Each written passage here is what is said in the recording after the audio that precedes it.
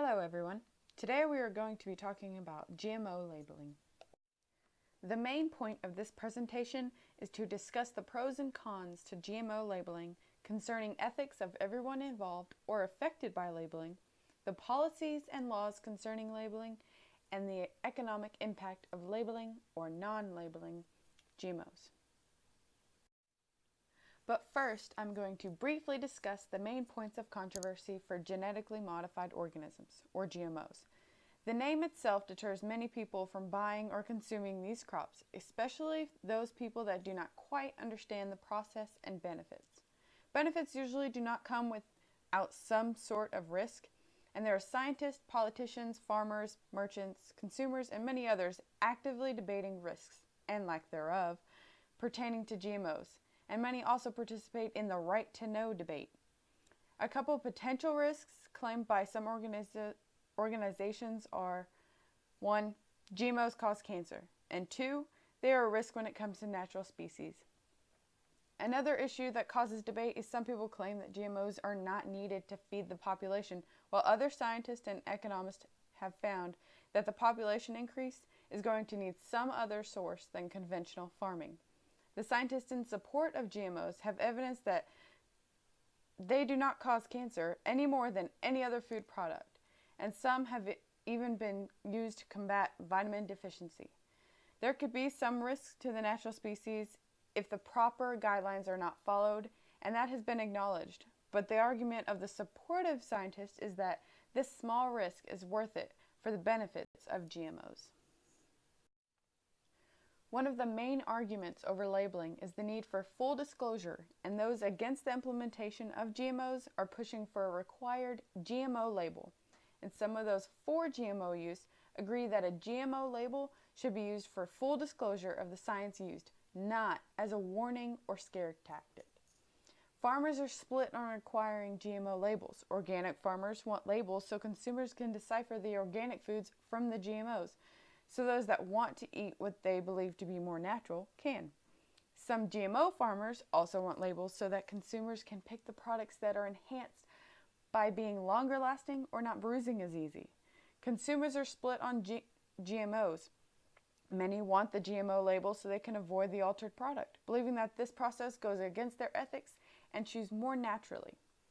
And others want labels so they can choose the improved version that lasts longer and are potentially cheaper. The type of label is also being debated. In a survey performed by the Melvin Group, 88% of consumers that wanted labels wanted them to be printed labels on the product, and 8% wanted barcodes that when scanned say GM. And the last 4% didn't know. In the past, the U.S. has been very supportive of technology in agriculture. And in 1992, the Department of Health and Human Services decided that as long as the food products have the same characteristics as their non-GMO counterpart, then no label would be required. In 2001, the Food and Drug Administration, or FDA, issued a guidance for industry statement, asserting that the only foods that needed a label were those that had different characteristics than their non-GMO versions.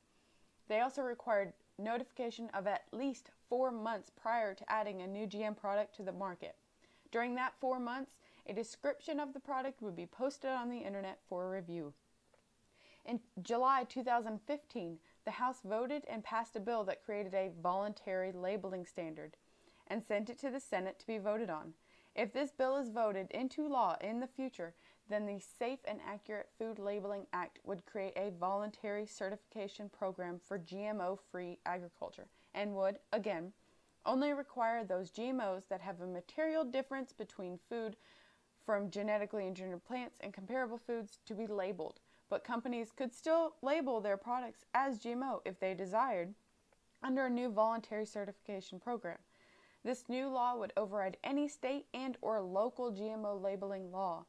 On March 1st of 2016, the Senate Agriculture Committee approved the bill that would stop states from requiring food labels, but the bill still has to go to the full Senate. And a few of the senators that voted in favor of the bill said that they do not think it will pass the whole Senate as is. At the state level, before the national bill was voted on by even the House, 3 states passed laws requiring companies to label their GMOs, and at least 15 others passed very similar regulations, although these laws have not been put into place quite yet. To the right is an example of the voluntary non-GMO label that is already being used, and to the left, an example of a label in Europe designating a product as having a genetically modified ingredient. In the US, many people argue the way in which labels should be used. Some people believe that using negative labeling such as GMO would intimidate and deter consumers from buying the product, and therefore the prices would increase and the funds for further technological advances would be negatively impacted. To avoid this, some believe that the voluntary positive labeling, GMO-free, would offer consumers the opportunity to choose the GMO-free product or continue buying the products that suit them best without intimidation. The 4 main areas that the U.S. trades with are Canada, Mexico, Europe, and Asia. Unfortunately, these areas do not all have one set of labeling policies, and producers in the U.S. must take extra steps to ensure that their product satisfies the importing country's labeling laws. Canada only requires labeling if there are health or safety risks. Europe, though, is the most likely to turn down any GM crop. In January of 2000, Europe established a strict standard that any product that has an ingredient that is at least 1% GM, then it must be labeled genetically modified. Japan requires any product that is over 5% GM to be labeled accordingly. But if the product is not approved in Japan, they are very strict on recalling these items. In 2001, China issued new regulation banning GM products like rice and wheat to avoid having their crops banned from other nations. It also established regulations on importing and was so vague that it practically left the decisions at the discrepancy of the department in charge of drafting and enforcing the regulations. If GM products are so extensively grown, then many exports from the U.S. could be terminated, and if not labeled according to other nations' standards, could be recalled and companies punished with fines or a cease of trading.